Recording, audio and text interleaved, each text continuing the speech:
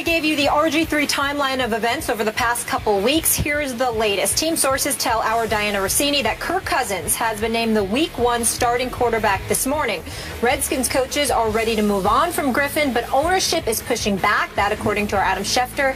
And Rossini, another Super Bowl champion in the house. Jeff Saturday, good morning to you. Good morning. How you doing? Thank you for being with us. We needed some help here to put this man back in his place. I think he's going to be with me on this. On these. Yeah. I'm just thinking. I could be wrong, but I'm thinking. Okay, we shall see. Jeff, we'll come to you first. The saga continues. What should they do next with RG3? Yeah, as you look at it, when you hear coaches, they're ready to move on, teams ready to move on, ownership isn't. I think it's time to let him go and let him go find a new team. Seek a better place, a better fit for him, a better fit for this team. What are you gaining in keeping him here? Anytime Cousins struggles or McCoy struggles, why aren't you playing RG3? You're always going to leave this battle in people's minds. So you know what he is as a player. And we went back, the ESPN stats guy helped me with this. And since 2006, there has not been a quarterback who had a higher sack ratio than RG3 did last year. 13.4% last year. That means 13% of your passes you're getting sacked.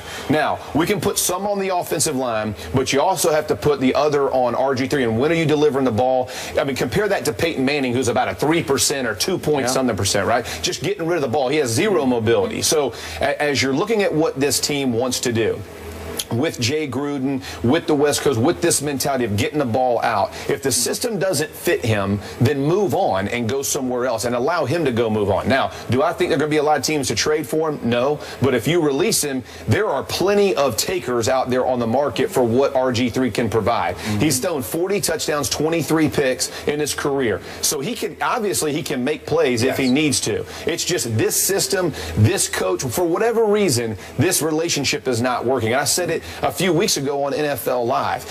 That relationship is the most important, because when you go in the locker room, if your head coach doesn't have your back, receivers won't have your back. The minute it's a bad ball, nobody, quarterback didn't throw a great ball, right? Nobody's like fighting for that guy. Nobody's laying it on the line. Offensive line knows this guy may not be here, right? We may have Cousins, we may have McCoy.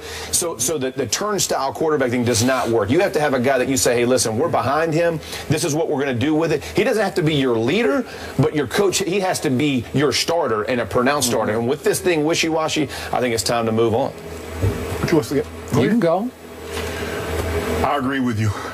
The one thing that Jeff, from being in locker rooms for a long period of time, the players know. Yep. They don't believe in RG3 anymore.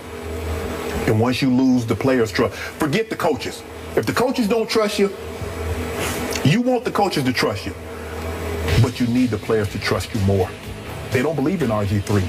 They keep hearing him saying all this, but they don't see the performance matching up with what he's saying. And the one thing we know about mobile quarterbacks, they run themselves into a lot of sacks. Mind you, Randall Cunningham once got sacked 70 times. Michael Vick was a high sack guy because they run themselves into some sacks. If you look at the play RG3 got hurt on, it was a 3-step drop. He had 3 guys open, and he didn't throw to any of them. He takes off running, he bobbles the ball, he lands on the ball, the guy lands on top of him. The one thing on the West Coast, 1, 2, 3, ball's got to come out. You got to go. 1, 2, 3, 4, 5, ball's got to come out. It's got to either come out or you got to go to number 2. You can't sit back there and do this. You can't. And right now, he has no confidence, and he knows they don't have confidence in him. And I think that's what's bothering him more, because he's never faced adversity, really. He went to Baylor, he lit it up. The guy won the Heisman. He comes into the NFL, he wins rookie. He's the first rookie to win Offensive Player of the Week in opening day in NFL history. So everybody's talking about RG3 is going to revolutionize the quarterback position. Everybody's going to want an RG3. Only Millie Vanilli had a faster rise and a faster fall. It's over, Skip. Yeah, but they were fake. That Robert wasn't fake, right? Millie Vanilli, they were phony. But here's the thing, though, Skip. Unless he realized, says, you know what made me successful? I got to get back to that. It's over. Okay. He can't. He's not a straight pocket quarterback. He's never been that. But you think he's basically finished in the National Football League? No, I think he's finished as being RG3. Now, he can be Robert Griffin. He can be a solid guy, but he'll never, ever be 2012. That's gone. Okay. I disagree. Quick thought. Oh, you think he can be that again? Yes, I do. Do you think he's finished in the National Football League? No, I do not. I think there are plenty of takers, and I think he can be. But even if somebody takes quarterback? him, Do you think he'll be 2012 ever again? No, I think he's going to have to learn to develop his position and understand whatever system he goes to. It's going to be very difficult to go to an NFL team and completely retool your offense for a particular player that may get injured, and then the guy behind him can't run the system. So you at some point there has to be some molding or meshing of systems here. Yeah, a compromise. As he comes in, I do think he can be a very capable starter in the NFL as he works through it. But again, that means diagnosing, that means improving your accuracy, that means trusting in your offensive line and delivering the ball. And it doesn't have to be a big play. I think what happens to young quarterbacks with early success is they think about the big play every time. In the NFL, 6 yards is a great play. Be happy with it. Right now, we're ahead of the chains. Now we can make first downs. Everybody talks about touchdowns, but there's a ton of management in this game that is required from the quarterback position. Okay. And slide. This is my and slide. Thank you very much. He still hasn't learned to do that, which it just perplexes me because he's so athletic, but he can't slide. Anyway, bottom line from me, I am hoping the Washington Redskins are foolish enough to cut Robert Griffin III. He will go somewhere else and start over, and I told you earlier in the show, he's going to have to swallow all of his considerable pride and start from scratch elsewhere and re-win another job another way for somebody who does believe in him because they wanted him to come there. And he will come back and haunt this franchise, the Washington franchise. If Jay Gruden is still the head coach at that point, he will haunt Jay Gruden because this is coming down to, is Dan Snyder ultimately going to bet on this head coach or this quarterback? It's because Jay Gruden does not want RG3. That was clear last year. Absolutely. He doesn't want him there. That's right. And to me, it's an outrage because again, I love John, so this isn't a John thing. John's this guy, Jay's that guy. I'm talking about Jay Gruden. What has he proven? Has he proven nearly as much as a head coach as Robert proved in 2012 as an NFL starting quarterback? He hasn't proven a thing. But he's taken an inferior quarterback as far as talent. And Andy Dalton, they go to 3 straight playoffs. As the coordinator, yes, right? But Skip, RG3 can't even run his offense. There's something that didn't click here from the start. I don't know why. I'm not there. But after all the hoopla about Dan Snyder has handpicked Jay Gruden to help take RG3 back to the 2012 level, from the start, it was clear, just watching Jay in his media sessions, he didn't like this guy. He didn't like the way he operated off the field, and he definitely didn't like the way he operated on the field. And let me say this. Probably the best thing that could happen to him is he goes and retools his game and grows in confidence with a new team. So I fully agree. But let's not miss the point. 99% of NFL players need a system that fits them. Okay? Very few. Hall of Famers are guys who could play in a number of systems, right? Zone system, power system, split out, stay in. But there aren't many of those guys. I wasn't one of those guys. I needed to run. I needed to be athletic. I didn't want to play in a phone booth, right? Nick Mangold, he wants to play in a phone booth. He wants to block back. Okay? So guys are system guys. It's okay to be a system guy. There's only a handful of guys who bust the system up. So for him, go learn the system. Go train yourself to be the quarterback that you know you can be. You are an intelligent guy, you are athletic, and you have an arm. You got 3 things. And there aren't many good quarterbacks in the NFL. I mean, I get you have to have 32 that start. That's why they keep recycling. That's exactly right. Everybody keeps going and finding homes somehow. So he will find a home. But go work on your game and understand the system is what ultimately will allow you to be your best player. And you got to find that system. You got to find the fit. You got to work on it, train it, drill it, work, train, drill. Just keep going through the process, and you will become the guy you want to be.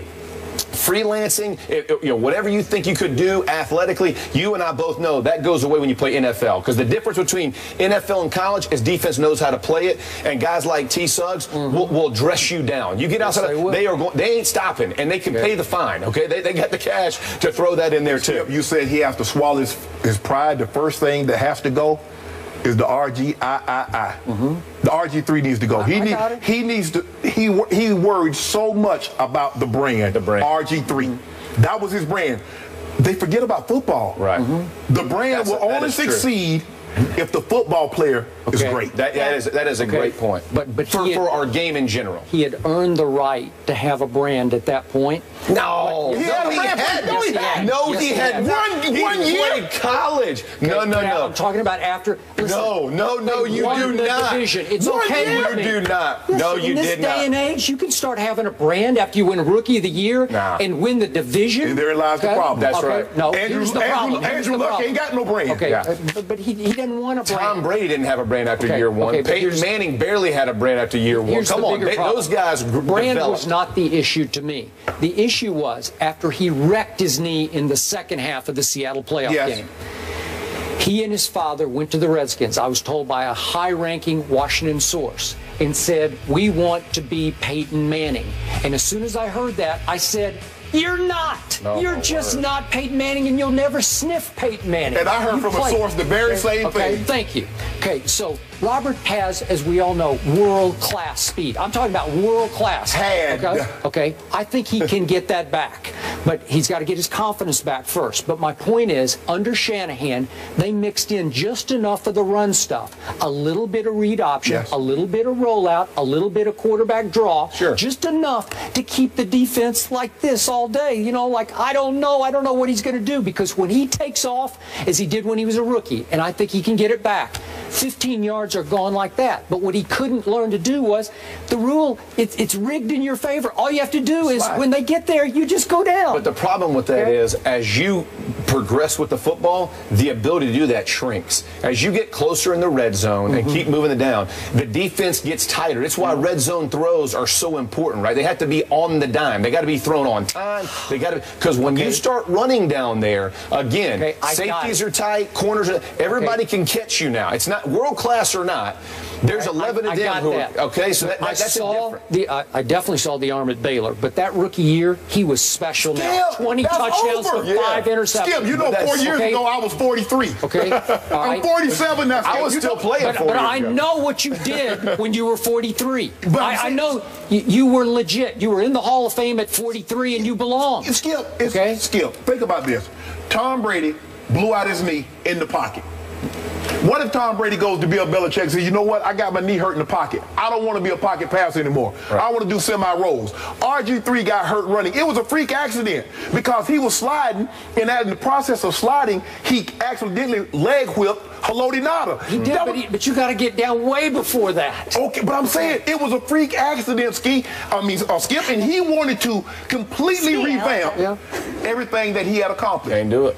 Okay, but my point is, you got to swallow all your pride and get back to somebody who says, "How? Hey, Skip, he had yet to do it." Okay, but I'm hanging in with this kid because he did it at the NFL. If we're talking about college football, I'd be with you guys. I do agree with that, but I don't think it's going to come in that form of 2000. I think it's learning a system and learning when to deliver the ball, when is my hot read there, when do I got, and it's not tuck it and run anymore. It's I'm going to deliver the ball when I'm going to keep this offense in phase. I'm going to learn to develop my game. I'm going to learn to develop. And he is a bright kid.